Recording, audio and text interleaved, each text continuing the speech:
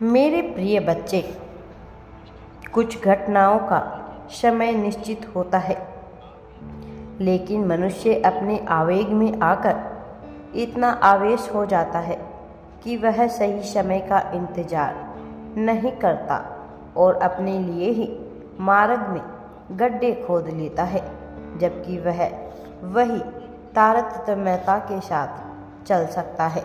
लेकिन वह इतना व्याकुल हो जाता है सारी चीज़ों को जल्द प्राप्त करने के लिए कि वह स्वयं ही परेशान हो जाता है। मेरे प्रिय बच्चे, अब काली घनी अंधेरी रातें छट रही है। अब तो सब कुछ तुम्हारे लिए होने वाला है और यह समय पूर्ण रूप से तुम्हारा है। वास्तव में एक युग का प्रारंभ हो रहा है जो तुम्हारे लिए कार्य करने को विवश होगा।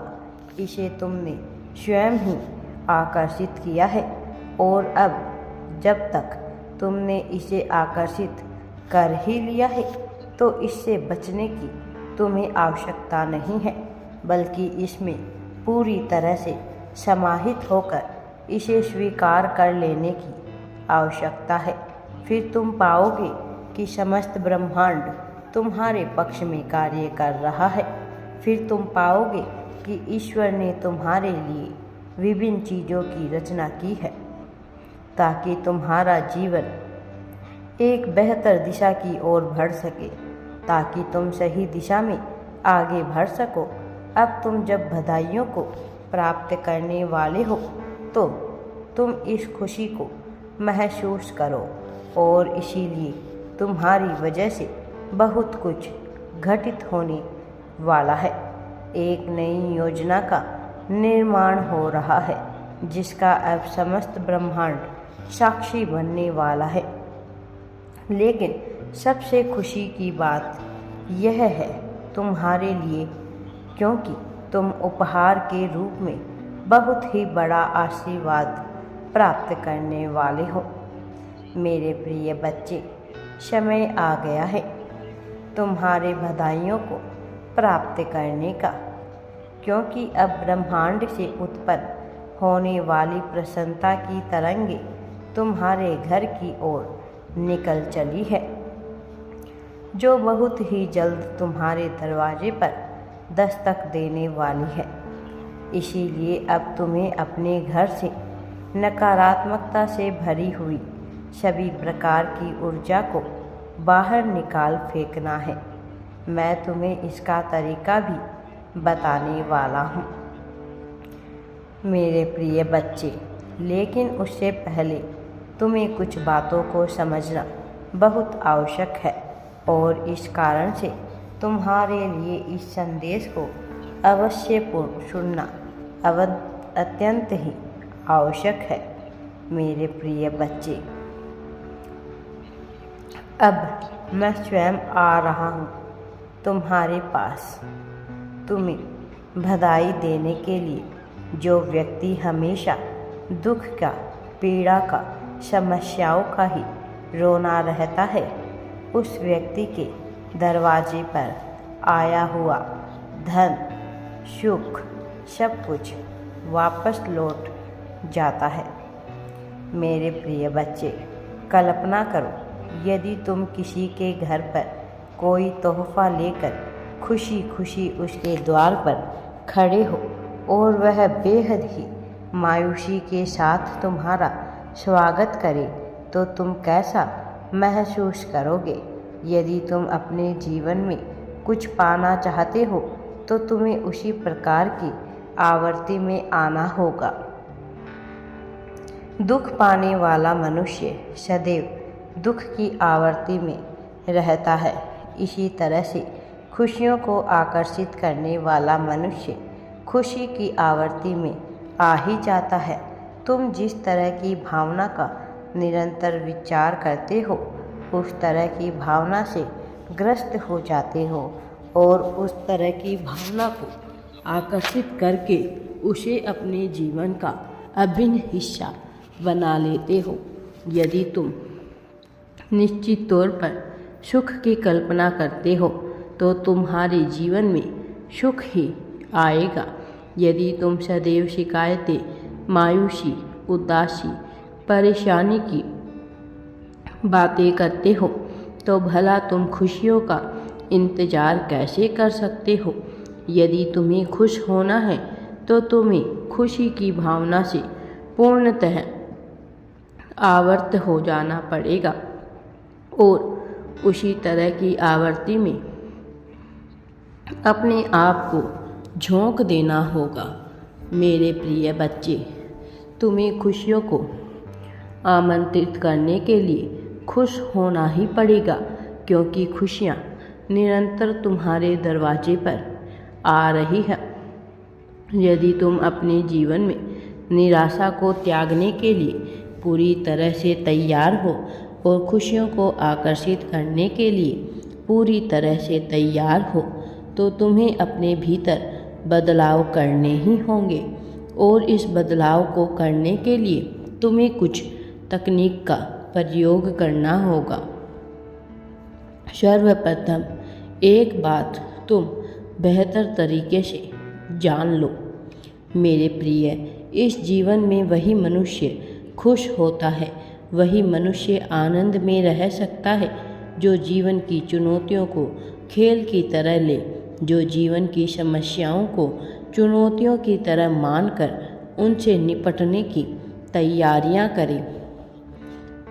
वह नहीं जो दुख और उदासी में जीवन जिए, जो बेहद ही सदैव दुख और निराशा की बातें करते हैं, वह चाहकर भी प्रगति को प्राप्त नहीं कर पाते। ऐसी उनकी नियति हो जाती है कि दुख सदैव उनके आसपास ही घिरा रहता है। तो यदि तुम निराशा को त्याग कर पूरी तरह से खुशियों को आकर्षित करना चाहते हो तो तुम्हें इसकी पुष्टि जाहिर करनी होगी। तुम्हें इसी क्षण यह पुष्टि करनी होगी कि तुम खुशियों को पूर्णतः आकर्षित करना चाहते हो। तुम खुशियों के लिए ही बने हुए हो।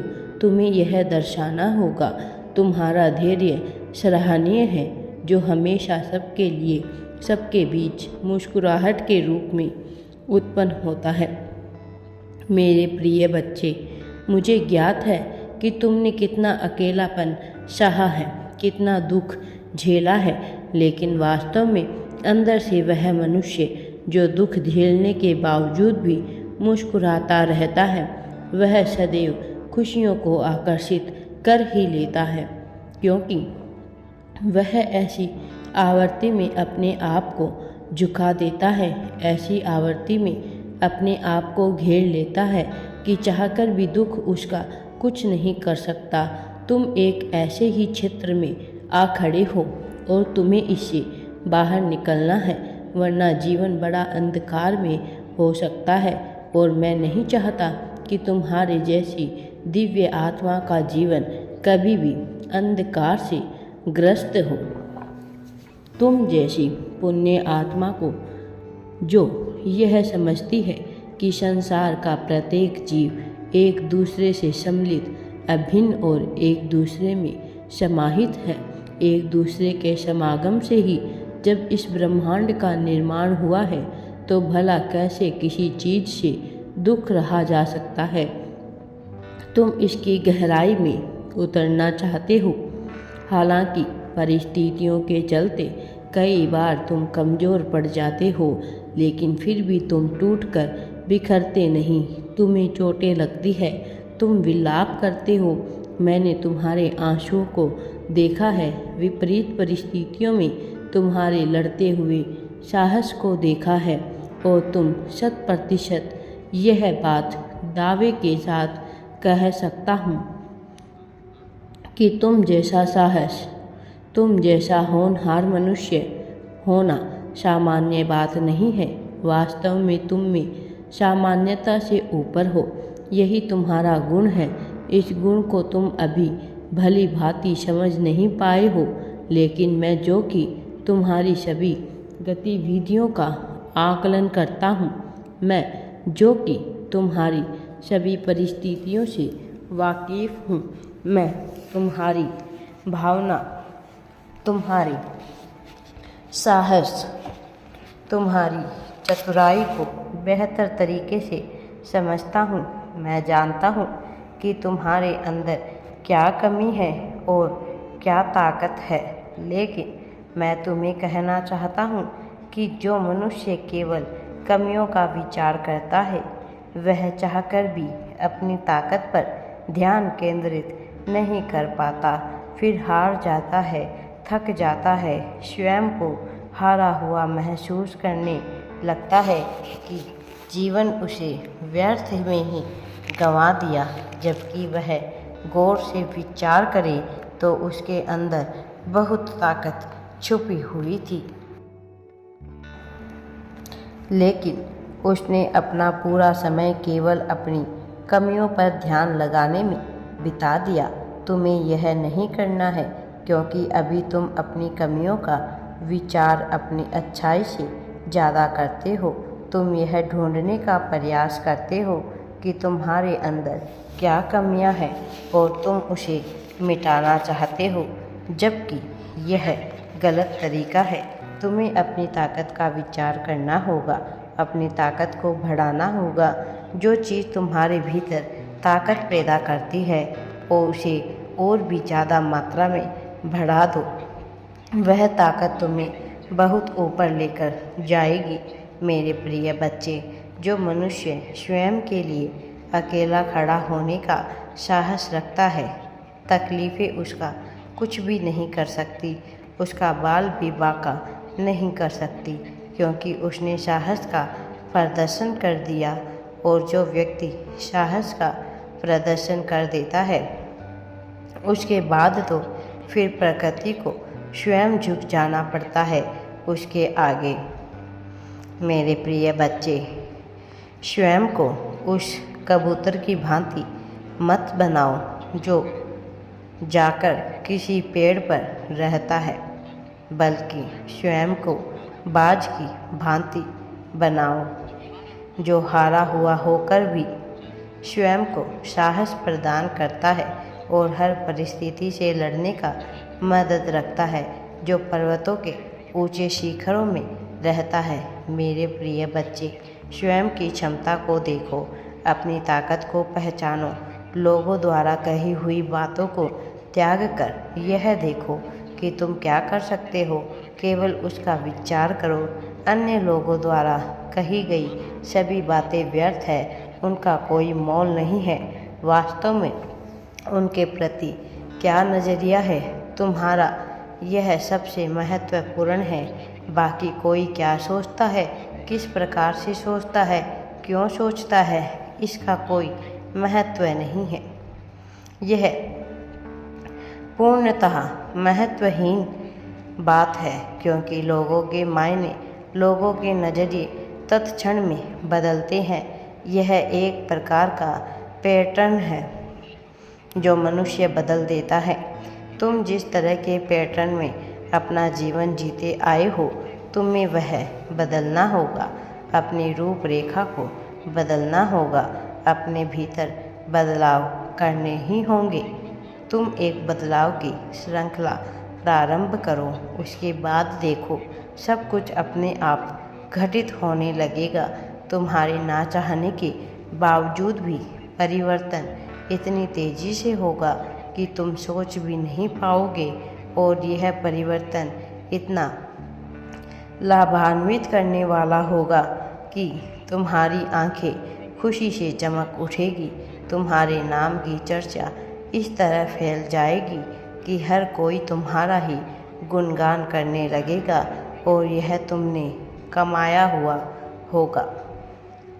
मेरे प्रिय बच्चे, अपनी ताकत को देखो, अपनी कमजोरी के बजाय अपनी ताकत पर पूरा का पूरा ध्यान केंद्रित करो। तुमने क्या भूल की है, यह महत्वपूर्ण नहीं है। वास्तव में जब तुम्हारा हिसाब किताब होगा तो तुमसे यह नहीं पूछा जाएगा कि तुमने क्या गलतियां की, बल्कि तुम्हें बताया जाएगा कि खुश रहने के तुम्हें बहुत अवसर मिले थे, तुमने उनका क्या किया। मेरे प्रिय बच्चे, क्या तुम इसी क्षण में खुश हुए जब तुम्हें खुश होना चाहिए था, या फिर अपनी अतीत की गलतियों का पश्चाताप ही करते रह गए, या जीवन तुम्हें पछताने के लिए, पश्चाताप करने के लिए, गलानी से अपने आप को रो रो कर भिगो देने के लिए नहीं मिला है।